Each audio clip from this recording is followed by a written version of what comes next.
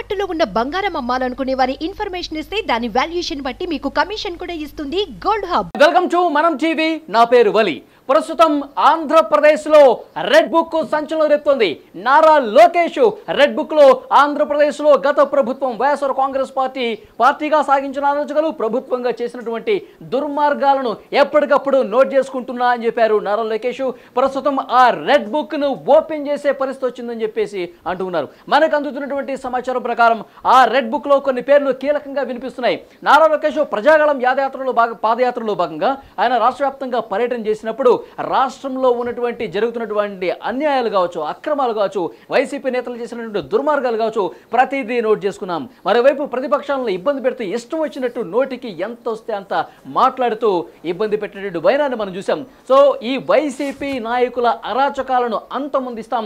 వచ్చేది మన ప్రభుత్వమే. మన ప్రభుత్వం వచ్చిన తర్వాత రెడ్ బుక్ లో నేను ఏదైతే నోట్ చేసుకున్నానో, ఎవరైతే పూర్తిగా ప్రజలకు వ్యతిరేకంగా, ప్రభుత్వానికి వ్యతిరేకంగా పనిచేస్తూ అరాచకాలకు తెగబడ్డారో, అవినీతి చేశారో, ప్రతిపక్షాలను ఇబ్బంది పెడుతూ దుర్భాషలాడారో, అలాంటి నాయకుల లిస్ట్ అంతా ఈ రెడ్ బుక్ లో రాశాను.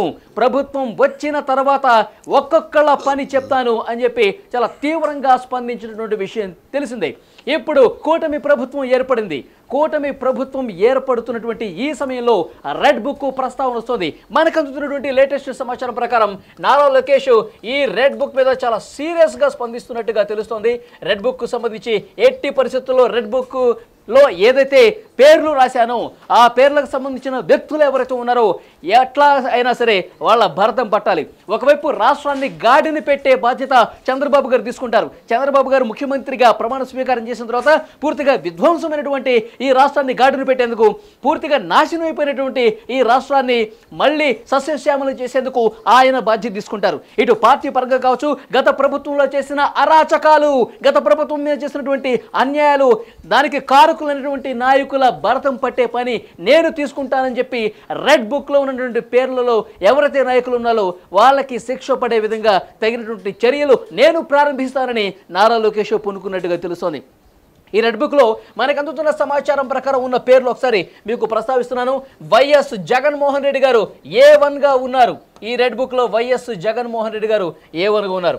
రెండో పేరు కొడాలి నాని పేరు మనకి వినిపిస్తోంది. కొడాలి నాని సాగించినటువంటి ఆ దుర్మార్గాలు కావచ్చు, ఆయన ప్రతిపక్షాలు ముఖ్యంగా చంద్రబాబు నాయుడు గారిని నోటికి ఎంత వస్తే అంత పని చెప్పిన పరిస్థితి కనిపిస్తుంది. ఆయన బూతుల శాఖకు మంత్రిగా ఉన్నారా, లేకపోతే అసలు ఆయన శాఖ ఏంటి? పౌర సరఫరాల శాఖ మంత్రిగా ఉన్నారు. కానీ తన శాఖకు సంబంధించిన బాధ్యతలు నిర్వర్తించాలి. తన నియోజకవర్గంలో ఎలాంటి సమస్యలు అనేవి వాటిని పరిష్కరించట్లా, వాటన్నిటిని గాలి కుదిలేసిన పరిస్థితుంది. కేవలం చంద్రబాబు నాయుడు గారిని తిట్టే పని మీరు తీసుకోండి, నారా ఫ్యామిలీని తిట్టే పని మీరు తీసుకోండి. అసలు మీడియా ముందుకు వస్తే చంద్రబాబుని వాడు వీడు అంటాం, బొగడాగాడు అంటాం, నోటికి ఎంత వస్తే అంత అసలు అసహించుకునే విధంగా ఆ భాషని, అలాంటి వ్యాఖ్యలు, దుర్మార్గాలు చేసినట్టు పరిస్థితి కనిపిస్తుంది. దాంతోపాటు గుడివాడ నియోజకవర్గంలో సాగించిన అక్రమాలు, గుడివాడలో చేసినటువంటి అవినీతి అన్నిటినీ వెలికి తీస్తామని నారా లోకేష్ చెప్తున్నటువంటి పరిస్థితి కనిపిస్తుంది. ఇక మూడో పేరు ప్రధానంగా మనకి వినిపిస్తోంది కొల్లి రఘురామరెడ్డి. కొల్లి రఘురామరెడ్డి ఎవరైతే ఉన్నారో సిట్ చీఫ్ గా ఉన్నటువంటి వ్యక్తి, వైఎస్ జగన్మోహన్ రెడ్డి ఆదేశాల మేరకు స్కిల్ డెవలప్మెంట్ కేసు, ఒక అక్రమ కేసును బనాయించి చంద్రబాబు నాయుడు గారిని నంద్యాలలో తెల్లవారుజామున అక్కడికక్కడ అరెస్ట్ చేసిన పరిస్థితి కనిపిస్తుంది. అర్ధరాత్రే ఒక బెటాలియన్తో అక్కడ ఆయన నిద్రిస్తున్నటువంటి వాహనం దగ్గర చుట్టుముట్టేయడం, డోరు కొట్టి చంద్రబాబు నాయుడు గారి నిద్రని డిస్టర్బ్ చేయడం. అసలు ఏ కేసులో అరెస్ట్ చేస్తున్నారు, ఆ కేసుకు సంబంధించిన వివరాలు ఏంటి, మీరు పెట్టినటువంటి సెక్షన్స్ ఏంటి, వీటి ప్రమేయం ఏమీ లేదు. సీట్ చీఫ్గా ఉన్నటువంటి కొల్లు రఘురామరెడ్డి అక్రమంగా అరెస్ట్ చేశారు. అరెస్ట్ చేసిన తర్వాత చెప్తున్నారు మీరు స్కిల్ డెవలప్మెంట్లో స్కామ్ చేశారు, అభివృద్ధి చేశారు, దానికి సంబంధించి అరెస్ట్ చేశామని. ఎవరైనా అరెస్ట్ తర్వాత చెప్తారండి? అరెస్ట్ అయ్యే సమయంలో నోటీసులు ఇచ్చి విచారించి అరెస్ట్ చేస్తారా? అసలు పద్ధతులు ఫాలో కాకుండా ఏకపక్షంగా ప్రతిపక్షాలను ఇబ్బంది పెట్టడమే లక్ష్యంగా జగన్మోహన్ రెడ్డి గారు ఆదేశించారు, మేము పాటించాం అన్న స్థాయిలో వ్యవహరించినటువంటి కొల్లి రఘురామరెడ్డి ఎవరైతే ఉన్నారో ఆయన్ను కూడా అరెస్ట్ చేసే పరిస్థితి ఉంటుంది. ఆయన పని కూడా చెప్పే పరిస్థితి ఈ రెడ్ బుక్లో ఉందని మనకి సమాచారం వస్తుంది. ఇక నాలుగో పేరు మీకు ఇక్కడ రాస్తున్నాను, వల్లభనేని వంశీ. వల్లభనేని వంశీ పేరు ఈ రెడ్ బుక్లో ఉంది. 4వ పేరు ఉన్నట్టుగా మనకి సమాచారం వస్తుంది. వల్లభనేని వంశీ గారు ఎలాంటి వ్యాఖ్యలు చేశారు, పూర్తిగా సభ్య సమాజం తలదించుకునే పరిస్థితి ఆ వ్యాఖ్యలను బట్టి మనకు అర్థమవుతుంది. నారా భువనేశ్వర్ గారిని అవమానించేలా పూర్తి స్థాయిలో వ్యాఖ్య చేశారు. నారా లోకేష్ని, భువనేశ్వర్ గారిని, ఇంట్లో ఫ్యామిలీని ఎంత పరుష పదజాలంతో మాట్లాడిన పరిస్థితుందో మనం చూసాం. సో అందరూ కూడా నోరెళ్ళు పెట్టారు. ఇలాంటి వ్యాఖ్యలు, ఇలాంటి రాజకీయాలు మనస్తున్నాం, అసలు ఆంధ్రప్రదేశ్లో ఇలాంటి నాయకులు ఉన్నారని చెప్పి అసహించుకునే పరిస్థితి వచ్చింది. అలాంటి దుర్మార్గమైనటువంటి వ్యాఖ్యలు చేశారు వల్లభనేని వంశీ. డెఫినెట్గా ఈయన పని చెప్పాల్సిందే. నడి రోడ్డు మీద ఉత్సవోపిస్తానని చెప్పి ఒక బహిరంగ సభలో తీవ్రంగా వ్యాఖ్యలు చేశారు. నా తల్లిని అవమానిస్తారా? ఈయన ఇట్లాగే వదిలేస్తే అందరి తల్లులను కూడా అవమానించే పరిస్థితికి వస్తాడు. సో ఇతనికి సంబంధించి పూర్తి స్థాయిలో చట్ట ప్రకారంగా ఈయన బాధ్యుడిని చేయాలని చెప్పి చాలా సీరియస్గా ఉన్నట్టుగా తెలుస్తుంది. చంద్రబాబు నాయుడు గారు కూడా అసెంబ్లీలో ఏ విధంగా స్పందించారో మనం చూసాం. అసలు ఇలాంటి రాజకీయాలు ఉన్నటువంటి ఈ సభలో నేను ఉండలేను, మళ్ళీ ముఖ్యమంత్రిగా బాధ్యతలు తీసుకున్న తర్వాతే నేను అసెంబ్లీలోకి అడుగు పెడతానని చెప్పి చంద్రబాబు నాయుడు గారు అసెంబ్లీ నుంచి వాకౌట్ చేసిన పరిస్థితి మనం చూసాం. అంత దారుణంగా వైఎస్ఆర్ కాంగ్రెస్ పార్టీ ప్రభుత్వంలో ఉన్న వాళ్ళు, వైఎస్ఆర్ కాంగ్రెస్ పార్టీలో నాయకులుగా చలామణి అవుతున్నటువంటి వాళ్ళు వీళ్ళు చేసినటువంటి వ్యాఖ్యల పట్ల పూర్తిగా రాజకీయాలు ఏ విధంగా దిగజారిపోయినాయో అర్థమవుతున్నటువంటి పరిస్థితి కనిపిస్తుంది. సేమ్ ఇదే కోవకు చెందుతారు 5వ వ్యక్తి ఆర్కే రోజా. సో ఆర్కే రోజా పరిస్థితి కూడా మనం చూసాము. రాజకీయాలు పూర్తిగా దిగజారిపోయాయి అనడానికి రోజా గారి 2-3 వీడియోలు చూస్తే సరిపోతుంది. రోజా గారు ప్రతిపక్షాలను ఉద్దేశించి ఎంత భయంకరంగా, ఎంత వినాశకరంగా మాట్లాడతారు. ఇటు నారా వారి ఫ్యామిలీని మాట్లాడతారు, ఇటువైపు మెగా ఫ్యామిలీని ఉద్దేశించి కూడా ఎలాంటి తీవ్రమైన పదజాలను పడుతూ చేస్తున్నటువంటి పరిస్థితిని మనం చూసాం. ముఖ్యంగా వారి నియోజకవర్గంలో ఉన్నటువంటి వైఎస్ఆర్ కాంగ్రెస్ పార్టీ నాయకులే పూర్తిగా వ్యతిరేకించినటువంటి నాయకురాలు రోజా. పూర్తిగా అక్కడ అవినీతి చేశారు. మా దగ్గర నుంచి 70 లక్షలకి మాకు సీటు ఇప్పిస్తామని చెప్పారు. కార్పొరేషన్ చైర్మన్ పదవి 40 లక్షలు నేను ఇచ్చుకున్నాను రోజా గారికి, మళ్ళీ నా డబ్బులు నాకు సీట్ ఇవ్వకపోగా నా డబ్బులు నాకు ఇవ్వమని అడిగితే బెదిరించే కార్యక్రమానికి చేశారని చెప్పి రోజాని ఉద్దేశించి సొంత పార్టీలో ఉన్నటువంటి నాయకులే ఎంత తీవ్రంగా విమర్శించారు. ఒకవైపు ప్రతిపక్షాలను ఇబ్బంది పెట్టే కార్యక్రమం తీసుకున్న విషయానికి సంబంధించి, మరోవైపు సొంత పార్టీలో ఏదైతే అధికారాన్ని అడ్డం పెట్టుకుని అవినీతి చేశారో వీటన్నింటికి సంబంధించిన సమాచారం కూడా మా రెడ్ బుక్లో ఉంది. ఇలాంటి నాయకులందరి భారతం పట్టడానికి ఈ ప్రభుత్వం సిద్ధంగా ఉందని ఒక మెసేజ్ పంపించినట్టుగా మనకు అర్థమవుతుంది. సో కొన్ని పేర్లు మాత్రమే మీకు చదివి వినిపిస్తున్నాను. A1గా జగన్మోహన్ రెడ్డి, A2గా కొడాలి నాని, A3గా అధికారి కొల్లి రఘురామరెడ్డి సిడ్జివ్గా అతను, A4గా వల్లభనేని వంశీ, A5గా ఆర్కే రోజా. వీళ్ళ పేర్లు చాలా ప్రయారిటీ లిస్టులో ఉన్నట్టుగా తెలుస్తుంది. ప్రభుత్వం ఏర్పడిన వెంటనే చట్టపరంగా ఏవైతే చర్యలు తీసుకోవాలో వాటి మీద చాలా సీరియస్గా తీసుకునే అవకాశం ఉన్నట్టుగా కనిపిస్తుంది. సో దీని మీద కొంతమంది అనాలిసిస్ చేసే ప్రయత్నం చేద్దాం. మనకి లైవ్లో జాయిన్ అయ్యారు పొలిటికల్ ఎడిటర్ కట్టా కార్తీక్, వారితో మాట్లాడదాం. కట్టా కార్తీక్, ప్రస్తుతం ఆంధ్రప్రదేశ్లో రెడ్ బుక్ పదం అనేది చాలా బాగా వినిపిస్తుంది. నారా లోకేష్ చాలా సీరియస్గా ఈ రెడ్ బుక్ను అమలు పరిచే ఆలోచనలో ఉన్నట్టుగా తెలుస్తోంది. కార్తీక్, ఎలా అర్థం చేసుకోవాలి? ప్రభుత్వం ఏర్పడిన వెంటనే గత ప్రభుత్వానికి సంబంధించి ఏం జరిగే అవకాశం కనిపిస్తుంది వాళ్ళు సాగించిన అక్రమాల మీద, అన్యాయాల మీద? లోకేష్ తన యువగలం పాదయాత్రలో చాలా క్లియర్గా చెప్పాడు. ఎవడైతే చట్టాన్ని చేతిలోకి తీసుకొని తనను, తన కుటుంబాన్ని, తన పార్టీని, ఇతర ప్రతిపక్షాలని ఇబ్బంది పెట్టే వాళ్ళు ఉన్నారో వాళ్ళందరి పేర్లు రాసుకుంటున్నాను. వీళ్ళందరికీ కూడా టీడీపీ అధికారంలో రాగానే బుద్ధి చెప్పే ప్రయత్నం చేస్తాను, ఎవరిని వదిలిపెట్టను. చంద్రబాబు గారు వదిలిపెట్టాను, నేను వదిలిపెట్టను అంటే లోకేష్ హెచ్చరించిన విషయం మనందరికీ తెలుసు, మనం చూసాం వాస్తవానికి. సో ఎవరు ఇబ్బంది పెట్టుంటారు, ఎవరి పేర్లు రెడ్ డైరీలో రాసుకున్నారు నారా లోకేష్ అనే వివరాలు ఆరా తీసినప్పుడు మనకు తెలుస్తున్న సమాచారం మేరకు A1గా జగన్మోహన్ రెడ్డి పేరు వినిపిస్తుంది. ఎందుకు A1గా జగన్మోహన్ రెడ్డి నారా లోకేష్ రాసుకుని ఉంటాడంటే, ఈ కొడాలి నాని అయినా, వల్లభనేని వంశీ అయినా, లేదా రఘురామరెడ్డి అయినా, ఇంకో అధికారి రాజేంద్రనాథ్ రెడ్డి అయినా అంటే డీజీపీ, ఇంకా ఇతర అధికారులు సంజయ్ అయినా ఇంకొకరైనా వీళ్ళంతా చట్టాన్ని తమ చేతిలో తీసుకున్నారంటే, చట్టాన్ని తమ చేతిలో తీసుకోవడానికి అవకాశం ఇచ్చినటువంటి ముఖ్యమంత్రి, వీళ్ళందరికీ ఆదేశాలు ఇచ్చినటువంటి ముఖ్యమంత్రి, చంద్రబాబు నాయుడిని వ్యక్తిగతంగా తిట్టించినటువంటి ముఖ్యమంత్రి, చంద్రబాబుని అరెస్ట్ చేసి జైల్లో పెట్టించిన ముఖ్యమంత్రి, చంద్రబాబు నాయుడు మీద కేసులు పెట్టించిన ముఖ్యమంత్రి, చంద్రబాబు నాయుడు సతీమణి నారా లోకేష్ తల్లి అనేటువంటి భువనేశ్వరి గారిని తిట్టించిన ముఖ్యమంత్రి, పరిపాలన మీద కాకుండా ప్రతిపక్షాల మీద వేధింపుల కోసమే పనిచేసినటువంటి ముఖ్యమంత్రిగా ఉన్నటువంటి జగన్మోహన్ రెడ్డిని A1గా పెట్టాడు. ఇతను పరిపాలన కోసం రాలేదు, ప్రతిపక్ష ప్రతిపక్షాల మీద వేధించడం కోసం వచ్చాడు, తన కుటుంబాన్ని వేధించడం కోసం మాత్రం వచ్చాడు. చట్టాన్ని తన చేతిలోకి తీసుకొని అంబేద్కర్ రాజ్యాంగాన్ని కాకుండా రాజారెడ్డి రాజ్యాంగాన్ని అమలు చేశాడు. కాబట్టి ఇతన్ని కనీసంగా పనిష్ చేయాల్సిన అవసరం ఉంది. ఒకటి, రాష్ట్రంలో ఉన్నటువంటి వ్యవస్థలన్నింటినీ దుర్వినియోగం చేశాడు, అధికార దుర్వినియోగానికి పాల్పడ్డాడు. తర్వాత వ్యవస్థలన్నీ తన చేతిలోకి తీసుకొని తన కుటుంబాన్ని తన పార్టీని ఇబ్బంది పెట్టమని లక్ష్యంగా పనిచేశాడు. కాబట్టి ఏ1గా జగన్మోహన్ రెడ్డిని పెట్టినట్టు మనకు అర్థమవుతా ఉంది. తర్వాత ఏ2గా ఎవరిని పెట్టారన్నప్పుడు జగన్మోహన్ రెడ్డి ఆదేశాల మేరకు జగన్మోహన్ రెడ్డి ఇచ్చే మంత్రి పదవి కోసం జగన్మోహన్ రెడ్డి మోచేతి కింద నీరు తాగుతూ జగన్మోహన్ రెడ్డి ఆదేశాల మేరకు విచ్చలవిడిగా బూతులతో విరుచుకుపడ్డ కొడాలి నానిని ఏ2గా పెట్టారనేటువంటిది మీ అందరికీ తెలుసు.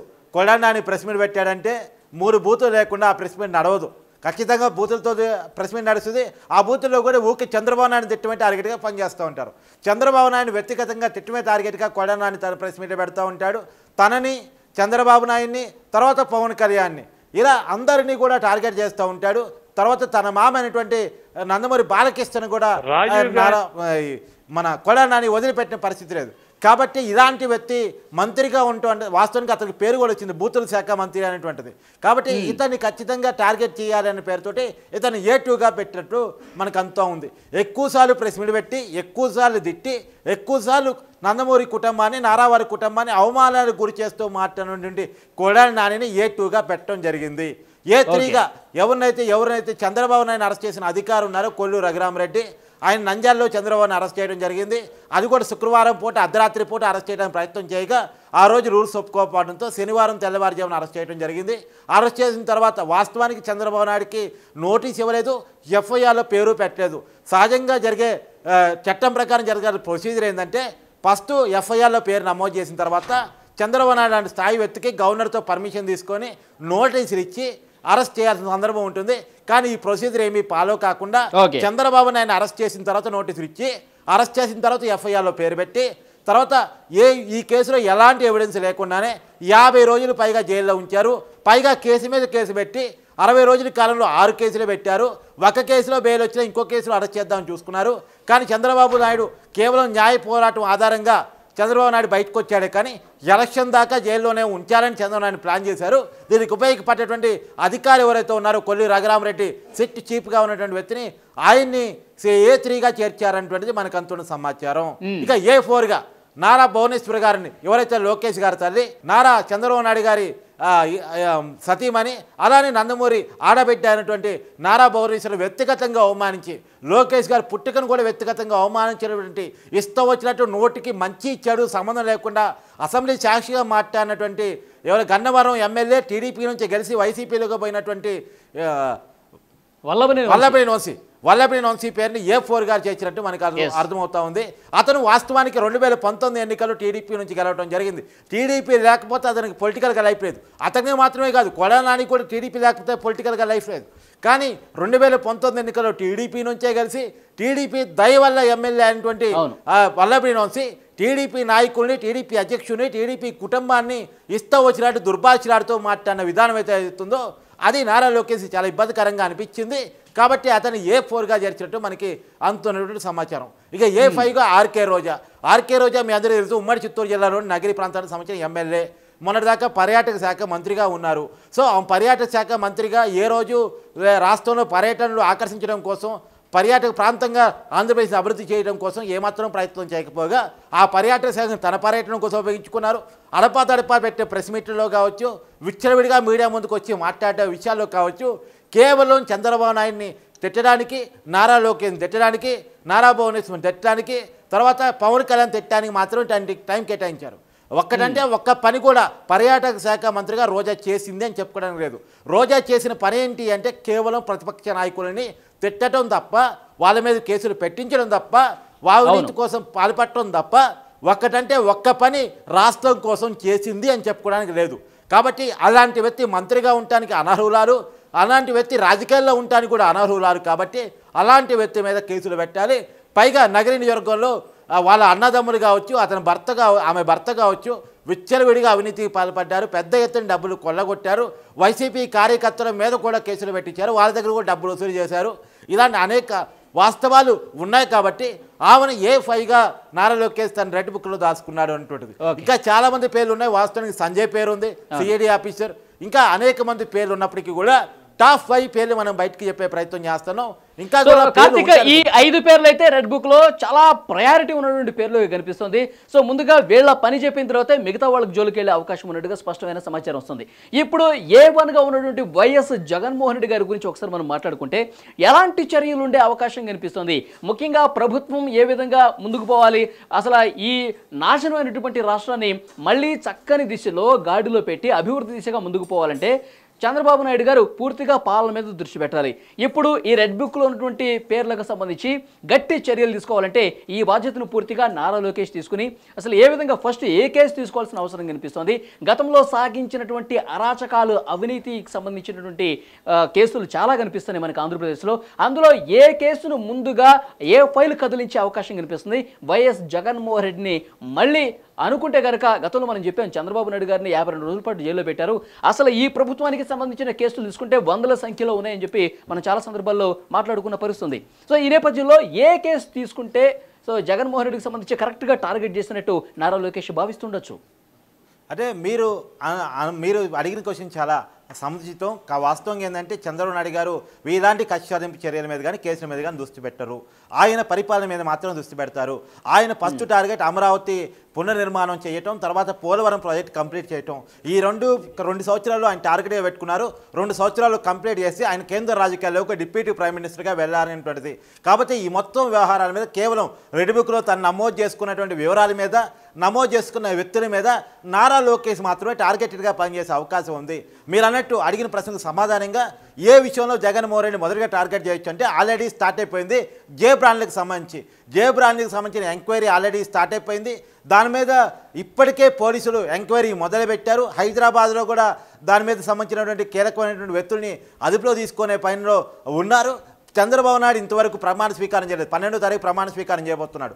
ప్రమాణ స్వీకారం చేయకముందు నుంచే ఆల్రెడీ జే బ్రాండ్స్ మీద, ఎందుకంటే మనం చూసాం జగన్మోహన్ రెడ్డి తన పరిపాలనలో కొత్త బ్రాండ్లను తీసుకొచ్చేసి ఆల్రెడీ అందుబాటులో ఉన్న బ్రాండ్లను కాకుండా కొత్త బ్రాండ్లను తీసుకొచ్చి అది కూడా సర్కారీ మద్యం దుకాణాల్లో పెట్టి అది కూడా ఓన్లీ క్యాష్ అండ్ క్యారీ పద్ధతిలో, అంటే కార్డ్స్ లేకుండా, ఫోన్పే లేకుండా, పేటిఎం లేకుండా కేవలం డబ్బు కొట్టు మద్యం పట్టు అన్నట్టు ఎంఆర్పి ధర కంటే ఎక్కువ అమ్మి ఎంఆర్పి ధర ఏమో ప్రభుత్వ ఖాతాలోకి పోతే ఆ పైన అమ్మిన డబ్బులేమో వైసీపీ ఖాతాలోకి వెళ్ళి వాళ్ళ జగన్మోహన్ రెడ్డి ఖాతాలోకి వెళ్ళిపోతాయి. సో పెద్ద ఎత్తున డబ్బును కొల్లగొట్టే ప్రయత్నం చేశారు అనే దాని మీద ఆల్రెడీ జే బ్రాండ్స్ మీద ఎంక్వైరీ స్టార్ట్ అయిపోయింది. జే బ్రాండ్స్ విషయంలో మొట్టమొదటిగా జగన్మోహన్ రెడ్డి అవినీతి బయటపడబోతుంది, జగన్మోహన్ రెడ్డి అరెస్టు జరగబోతుంది అనేటువంటిది. రెండోది ఫోన్ ట్యాపింగ్ విషయంలో జగన్మోహన్ రెడ్డి అరెస్టు జరిగే అవకాశం ఉంది అనేటువంటిది. మూడోది 14,000 కోట్ల రూపాయలు సంబంధించిన ఏదైతే ప్రజల సంక్షేమ పథకాలకు సంబంధించిన డబ్బుని దుర్వినియోగం చేశారు, పక్కదారి పట్టించారనే కేసులో జగన్మోహన్ రెడ్డి అరెస్ట్ జరగవచ్చు అనేటువంటిది మనకు సమాచారం. సో మొత్తానికి చూసుకుంటే కనుక సో జే బ్రాండ్స్ మద్యానికి సంబంధించి ఏదైతే పెద్ద ఎత్తున స్కామ్ జరిగిందో సో దాని మీద దృష్టి పెట్టే అవకాశం కనిపిస్తుంది. ఎందుకంటే ఆల్రెడీ దానికి సంబంధించిన విచారణ కూడా ప్రారంభమైన సమాచారం వస్తుంది. సో ప్రభుత్వం ఏర్పడిన వెంటనే ఇంకా వేగంగా దీనికి సంబంధించి విచారణ చాలా స్పష్టంగా వేగంగా జరిగే ఛాన్స్ కనిపిస్తుంది. సో ఈ నేపథ్యంలో ఈ కేసులో మొట్టమొదటి ఫైల్ కదిలి జగన్మోహన్ రెడ్డి మెడకు మరింత ధీటుగా ఉచ్చు బిగిసే అవకాశం అయితే చాలా స్పష్టంగా కనిపిస్తుంది. రెడ్ బుక్లో ఏవైతే మనం ఇంతకుముందు పేర్లు మాట్లాడుకున్నామో, కొడాలి నాని కావచ్చు, కొల్లి రఘురామరెడ్డి కావచ్చు, రోజా కావచ్చు, వల్లభనేని వంశీ కావచ్చు, వీళ్ళందరూ సాగించిన గత ప్రభుత్వ అరాచకాలకు సంబంధించి పూర్తి స్థాయిలో దృష్టి పెట్టే అవకాశం కనిపిస్తుంది. నారా లోకేష్ చాలా సీరియస్గా డిస్కస్ చేస్తున్నట్టుగా మనకి సమాచారం వస్తుంది. చంద్రబాబు నాయుడు గారు మనం చూసాం, ఆయన నేచర్ మనం చూసాము, ఎవరు ఎంతగా ఇబ్బంది పెట్టినా సరే ప్రభుత్వం ఉంది కదా అని చెప్పి, అధికారం ఉంది కదా అని చెప్పి ప్రతిపక్షాలను ఎంత ఇబ్బంది పెట్టినా సరే ఆయన ఒక చిరునవ్వుతో అందరినీ క్షమించేసే గుణం చంద్రబాబు నాయుడు గారిది. కానీ ఇక్కడ మనం చూస్తే నారా లోకేష్ పూర్తిగా డిఫరెంట్గా కనిపిస్తున్నారు. దెబ్బకు దెబ్బ కొట్టాలి, మనల్ని ఎంతైతే ఇబ్బంది పెట్టారో సో డెఫినెట్గా వాళ్ళకి బుద్ధి చెప్పాలి, వాళ్ళు పశ్చాత్తాపడాలి, వాళ్ళు చేసిన తప్పు వాళ్ళు తెలుసుకోవాలి. ఇదే ధోరణి నారా లోకేష్లో కనిపిస్తున్నట్టుగా మనకు అర్థమవుతుంది. సో చూద్దాం ప్రభుత్వం తర్వాత ఇంకా ఎలాంటి పరిణామాలు చోటు చేసుకుంటాయి, ఇంకా ఏ కేసులు తెర మీదకి వస్తాయి, ఏటి మీద సీరియస్గా విచారణ జరుగుతుంది, వీటన్నిటికి సంబంధించి భవిష్యత్తులోనే తేలబోతోంది.